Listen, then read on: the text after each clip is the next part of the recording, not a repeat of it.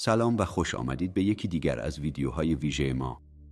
امروز قرار است سفری شگفت انگیز داشته باشیم، سفری به دلی بزرگترین رازها، عجیبترین حقایق و حیرت انگیزترین واقعیت‌های جهان. موضوعی امروز ما 10 حقیقت شگفت آور درباره جهان است. چیزهایی که شاید تا امروز هیچ وقت نشنیده باشید و شنیدنشون میتواند دیدگاه شما نسبت به جهان را تغییر بدهد. اما قبل از شروع این ویدیو لطفاً کانال ما را سابسکرایب نموده، زنگوله را فشار دهید و با لایک کردنی این ویدیو از ما حمایت کنید. حمایت شما باعث می شود بتونیم ویدیوهای بهتر و آموزنده تر برایتان تهیه کنیم. حالا بیایید وارد دنیای شگفتی های واقعی جهان شویم.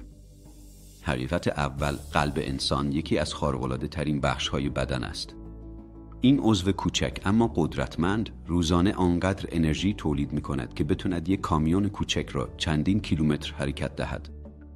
قلب یک پمپ ساده نیست. این موتور طبیعی روزانه بیش از 100,000 بار می تپد و بیش از 7,000 لیتر خون را در بدن جابجا می کند. اگر نیروی تولید شده توسط قلب را حساب کنیم، می بینیم که واقعاً در حد یک موتور مکانیکی قدرتمند کار می کند. حقیقت دوم، اقیانوس‌ها، این جهانی آبی پهناور هنوز برای ما ناشناخته‌اند. تمام تکنولوژی‌های پیشرفته، ما تنها حدود 5% از کل اقیانوس‌ها را کشف کرده ایم و 95% دیگر همچنان ناشناخته باقی مانده است.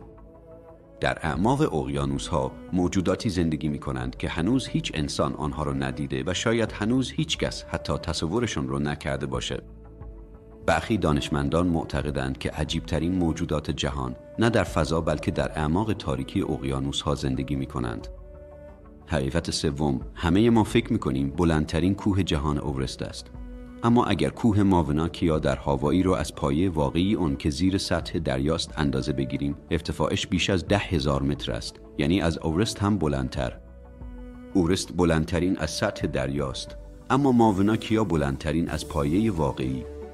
این حقیقت نشان می‌دهد که بسیاری از چیزهایی که فکر می‌کنیم می‌دانیم فقط بخشی از واقعیتند. حقیقت چهارم، مغز انسان هنگام خواب فعالتر از زمانی است که تلویزیون تماشا می‌کنیم. بسیاری ها فکر می‌کنند که هنگام خواب مغز خاموش است. اما واقعیت این است که مغز در مرحله خواب عمیق و حتی هنگام رویا دیدن شدت فعالیت فوق‌العاده‌ای دارد. به همین دلیل است که خواب‌های عجیب می‌بینیم، اطلاعاتی روزانه پردازش می‌شود و ذهن ما خودش را بازسازی می‌کند. حقیقت پنجم، روز در سیاره زهره از سالی آن طولانی تر است. زهره بسیار آهسته می‌چرخد و یک چرخش کامل آن به دوری خودش بیشتر از زمانی طول می‌کشد که به دور خورشید می‌چرخد. یعنی روی زهره اگر منتظر طلوع و غروبی خورشید باشید، باید زمانی طولانی تر از یک سالی کامل صبر کنید.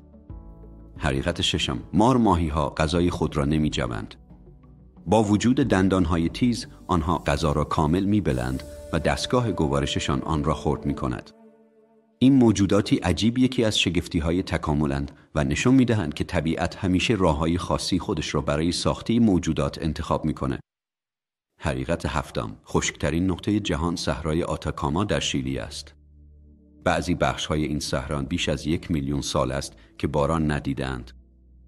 حتی ناسا از این منطقه برای آزمایش دستگاه‌های مریخ نورد استفاده می‌کند، چون شرایط آن بسیار شبیه سطح مریخ است. حقیقت هشتم، فیل‌ها نمی‌توانند خیز بزنند. آنها تنها حیواناتی روی زمین هستند که ساختاری بدنیشان اجازه پرش نمی‌دهد. وزن زیاد، استخوان بندی خاص و شکلی پاها همه باعث شده که پرش برایشان غیر ممکن باشد. حقیقت نهم، مرکز خورشید حدود 15 میلیون درجه سانتیگراد حرارت دارد. این دمای عظیم باعث می شود در هر ثانیه انرژی تولید شود که برای تأمین انرژی زمین در میلیون‌ها سال کافی است. این قدرت شگفت انگیز ذراتی کوچک و فرایندهای فیزیکی درون خورشید نشان دهنده پیچیدگی باور نکردنی جهان است.